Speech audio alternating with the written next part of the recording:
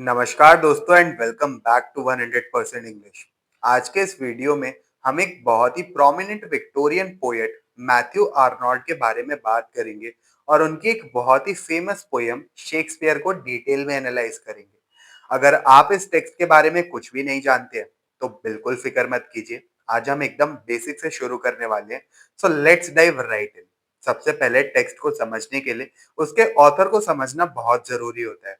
Matthew Arnold को आज हम उनकी पोएट्री के साथ-साथ उनके टाइम की सोसाइटी पर किए गए उनके डीप क्रिटिसिज्म के लिए भी जानते हैं।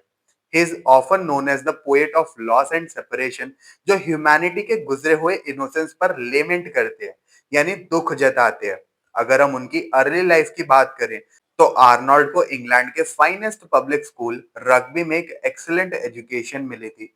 इंटरेस्टिंगली स्कूल के हेडमास्टर उनके अपने फादर डॉक्टर आर्नोल्ड थे। यहाँ से निकलकर वो ऑक्सफोर्ड गए, जो इंग्लैंड की सबसे ओल्डेस्ट और प्रेस्टिजियस यूनिवर्सिटीज में से एक है, और वहां उन्होंने 2 साल तक क्लासिक्स पढ़ाया। उनका करियर बहुत डायनेमिक था। उन्होंने 35 साल तक इंस्पेक्टर ऑफ स्कूल्स की पोजीशन होल्ड की। 1857 में उन्हें ऑक्सफोर्ड प्रोफेसर ऑफ पोएट्री बनाया गया और इस पोजीशन पर वो 10 साल तक रहे। एक बहुत ही फैसिनेटिंग फैक्ट है उनके बारे में कि आर्नोल्ड ने 45 की एज तक ही पोएट्री लिखी थी और उसके बाद उन्होंने अपना मोस्टली टाइम प्रोज लिखने में डिवोट किया था।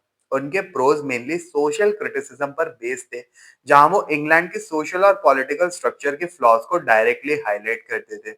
उनका मानना था कि उस वक्त की इंग्लिश सोसाइटी कंप्लीटली 3 हिस्सों में बटी हुई थी। सबसे पहले द बारबेरियंस, ये एरिस्टोक्रेसी थी जो नए आइडियाज को लेकर टोटली इंसुलर यानी कि क्लोज्ड माइंडेड थी।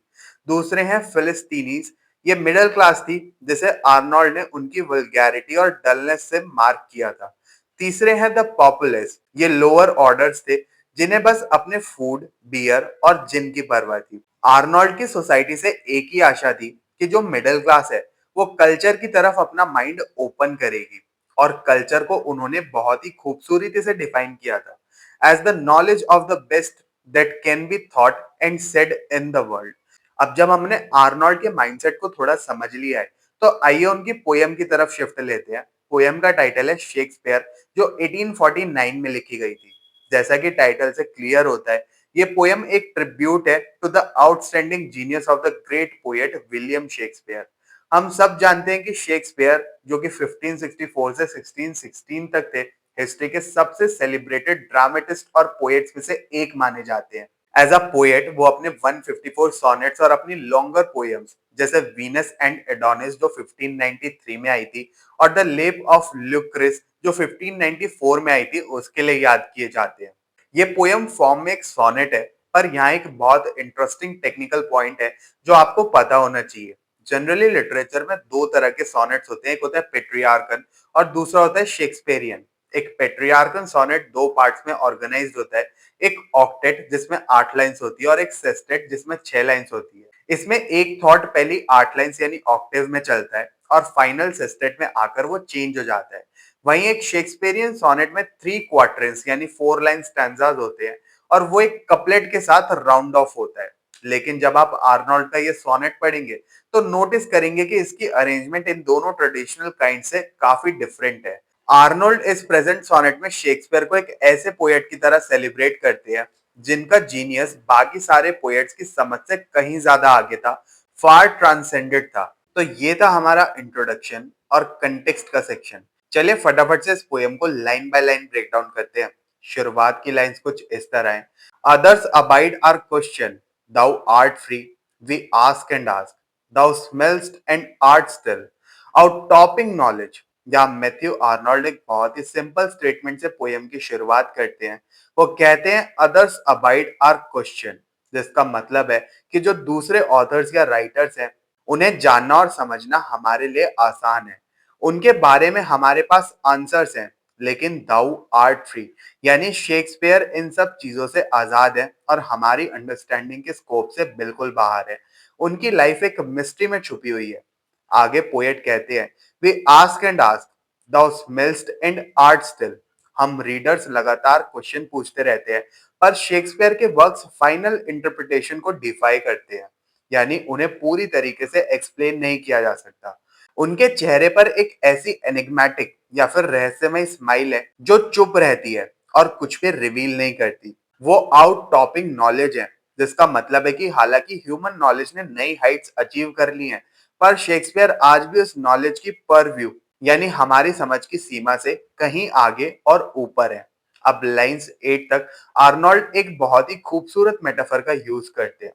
For the loftiest hill, who the star uncrows his majesty, planting his steadfast footsteps in the sea, making the heaven of heavens his dwelling place, spares but the cloudy border of his base, to the foiled searching of mortality. यहाँ पर Arnold इस idea को explain करने के लिए एक Lofty हिल यानी एक ऊंचे पहाड़ का मेटाफर यूज करते हैं। उनके अकॉर्डिंग बाकी सारे राइटर्स छोटे हिल्स की तरह हैं, जबकि शेक्सपियर सबसे हाईएस्ट और मैजेस्टिक माउंटेन की तरह टार करते हैं। ये पहाड़ इतना ऊंचा है कि इसकी पीक्स या समिट ह्यूमन आइज से विजिबल नहीं है, बल्कि सिर्फ आसमान के स्टार्स को ये दिखती हैं। इसका मतलब है कि शेक्सपियर के अचीवमेंट का जो फुल एक्सटेंट है, वो हम इंसानों की समझ से परे है। इस पहाड़ का बेस सी की डेप्थ्स में बिल्कुल फर्म और स्टेडफास्ट है, और इस गहराई से उठकर ये आसमान के सबसे हाईएस्ट पार्ट यानी हेवन ऑफ हेवेंस को अपना घर बनाता है। क्योंकि इसका बेस समंदर में डूबा हुआ है और इसकी चोटी आसमान की बुलंदियों को छूती है, इसलिए ह्यूमंस को इसकी असली हाइट और डेप्थ दोनों नहीं दिखती। यहाँ पर स्पेयर्स एक्सपोज करते हैं, हमें सिर्फ माउंटेन के लोअर स्लोप्स दिखते हैं जो बादलों से घिरे रहते हैं। इन लाइंस का सिंपल मतलब ये है कि शेक्सपियर की जीनियस को सिर्फ पार्शियली यानी थोड़ा बहुत हम लोग समझ सकते हैं, और वो भी पूरी क्लैरिटी के बिना। एक बार जब आर्नोल्ड उनकी इनस्क्रूटेबल और इनकॉम्प्रिहेंसिबल नेचर को स्टैब्लिश कर देते हैं, तो वो अपना ट्रिब्यूट आगे बढ़ाते हैं। And thou who didst the star and sunbeams know, self schooled, self scanned, self honoured, self secure, didst tread on earth unguessed at, better so. Arnold बताते हैं कि शेक्सपियर के पास एक यूनिक विजन था, जिसने नेचर की मिस्ट्रीज को deep level पर समझ लिया था। वो तारों और सनबीम्स को जानते थे।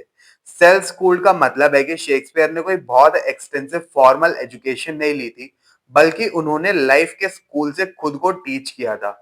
सेल्फ स्कैंड और सेल्फ सिक्योर होने का मतलब है कि वो खुद ही अपने काम के बेस्ट एक्सेसर यानी एग्जामिनर थे, और अपनी एंड्योरिंग ग्रेटनेस को लेकर बिल्कुल कॉन्फिडेंट और सिक्योर थे। जब वो इस धरती पर थे, तो उनके कंटेम्पररीज उनके लॉफ्टी अचीवमेंट्स और उनके जीनियस को रिकॉग्नाइज नहीं कर पाए, इसलिए वो अनगेस्ड रहे।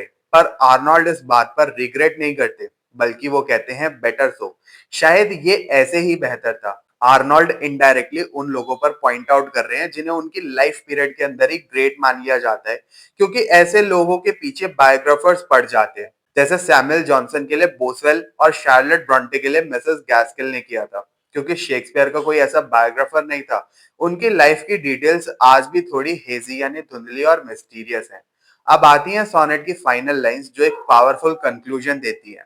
All pains the immortal spirit must endure, all weakness which impairs, all griefs which woe, find their soul speech in that victorious bro। अपनी आखिरी लाइंस में आर्नोल्ड डायरेक्टली शेक्सपियर के उन ग्रेट ट्रेजेडीज जैसे हैमलेट और Macbeth का reference देते हैं। ह्यूमन नेचर और फ्लैश जिन भी दुखों, पेन्स या कमजोरियों से गुजरता है, जो हमें कमजोर करती है, इम्पेयर्स, या फिर जिन ग्रीव्स के आगे हमें झुकना पड़ता है, बो करना पड़ता है, उन सभी फीलिंग्स और सफरिंग को सिर्फ और सिर्फ एक ही सही एक्सप्रेशन, सोल स्पीच मिलता है। और वो एक्सप्रेशन कहाँ मिलता है? In that victorious bro. Figuratively यानी कि सिंबॉलिकली, ये विक्टोरियस ब्रो खुद शेक्सपियर है। उनका काम एक्सप्रेशन का एक बहुत बड़ा टीरम और ह्यूमन सफरिंग के हर एक्सपेक्ट का एक परफेक्ट एम्बॉडीमेंट यानी अवतार है। इस पूरी पोयम में शेक्सपियर का जो इमेज बनता है, वो किसी एक्शन करने वाले आदमी का नहीं, बल्कि एक काम कंटेम्पलेटिव थिंकर का है। वो इंट्यूटिव है, सेल्फ ट्रेन्ड है, और ह्यूमन नेचर के हर पेन और सौरों के लिए बेहद सेंसिटिव है, और यही उन्हें बाकी सारे मॉर्टल से अलग बनाता है। लाइन बाय लाइन एक्सप्लेनेशन के बाद अब हम इस वीडियो के सबसे इंपॉर्टेंट पार्ट पर आते हैं, जो कि है पोयम के डीप थीम्स और क्रिटिकल एनालिसिस का एवोल्यूशन। अगर आप एग्जाम के लिए प्रिपेयर कर रहे हैं या इस पोयम को गहराई से समझना चाहते हैं, तो ये सेक्शन आपके लिए बहुत ही क्रूशियल होने वाला है। चलिए फटाफट से इसके थीम्स को एनालाइज करते हैं। इस सोनेट में मेनली तीन बड़े थीम्स निकल कर आते हैं, जो कुछ इस तरीके से हैं। इस पोयम का सबसे बड़ा थीम यही है कि शेक्सपियर एक ऐसे लिटरेरी कॉलोसस यानी महान विभूति हैं जो बाकी सभी राइटर से बहुत ऊपर है। आर्नॉल्ड कहते हैं कि बाकी राइटर्स को तो उनकी बुक के जरिए समझा जा सकता है, पर शेक्सपियर का मल्टीफेसेटेड अचीवमेंट्स, उनकी मिस्टीरियस नेचर को अनरावल करना यानी खोलना इम्पॉसिबल है। आर्नोल्ड इस बात को एक पॉजिटिव लाइट में देखते हैं कि हमारे पास शेक्सपियर की पर्सनल लाइफ के बारे में ज्यादा इंफॉर्मेशन नहीं है। वो कहते हैं बेटर सो। उनका मानना है कि अगर कोई राइटर अपनी लाइफ टाइम में बहुत ज्यादा बड़ा बन जाता है तो बायोग्राफर्स उसके पीछे पड़ जाते हैं, जैसे सैमुअल जॉनसन और शार्लोट ब्रॉन्टे का मैंने आपको एग्जांपल दिया था। शेक्सपियर इन सब चीजों से आजाद रहे और उनका काम उनकी पहचान बना। The voice of human suffering. Shakespeare ने अपने वर्क्स, खास करके अपने ट्रेजेडीज में, उन सभी दुखों और कमजोरियों को एक वॉइस दी जिसे हर इंसान कभी ना कभी महसूस करता है। उनका जीनियस इस बात में है कि उन्होंने पूरी ह्यूमैनिटी के दुख को अपनी राइटिंग्स में परफेक्टली एम्बॉडी कर दिया। अब आगे इसके क्रिटिकल इवोल्यूशन करते हैं ताकि आप इसके लिटरेरी स्ट्रक्चर को अच्छे से समझ पाए। The power of mountain metaphor. Arnold ने इस पोयम में जो लॉफ्टी हिल यानी ऊंचे पहाड़ का मेटाफर यूज किया है वो बहुत ही पावरफुल है। वो दिखाते हैं कि जैसे एक महान पहाड़ का बेस समंदर की गहराई में होता है और उसकी चोटी आसमान को छूती है, वैसे ही शेक्सपियर का जीनियस भी इतना डीप और हाई है कि नॉर्मल लोग उसकी बाउंड्री नहीं देख सकते। हम सिर्फ उनका एक छोटा सा हिस्सा ही समझ पाते हैं। Philosophical connection with Thomas Carlyle. इस सोनेट में आर्नोल्ड का जो थॉट प्रोसेस है वो एक और महान विक्टोरियन थिंकर थॉमस कैरलिल से बहुत मैच करता है। कैरलिल ने अपने मशहूर work heroes and hero worship में शेक्सपियर को ह्यूलाइज किया था, यानी उनकी तारीफ की थी और कहा था कि उनका इंसरेक्टेबल जीनियस हर जनरेशन के राइटर से ऊपर है। आर्नोल्ड इस सोनेट में कैरलिल के इस बात से कंप्लीटली एग्री करते हैं। इस पूरे पोयम से शेक्सपियर की जो इमेज हमारे सामने निकल कर आती है वो एक काम कंटेम्पलेटिव थिंकर की है। वो कोई मैन ऑफ एक्शन नहीं है जो हर चीज का शोर मचाए, बल्कि वो इंट्यूटिव है, सेल्फ ट्रेन्ड है और नेचर के सीक्रेट्स को समझने वाले एक महान सेंसिटिव सोल है।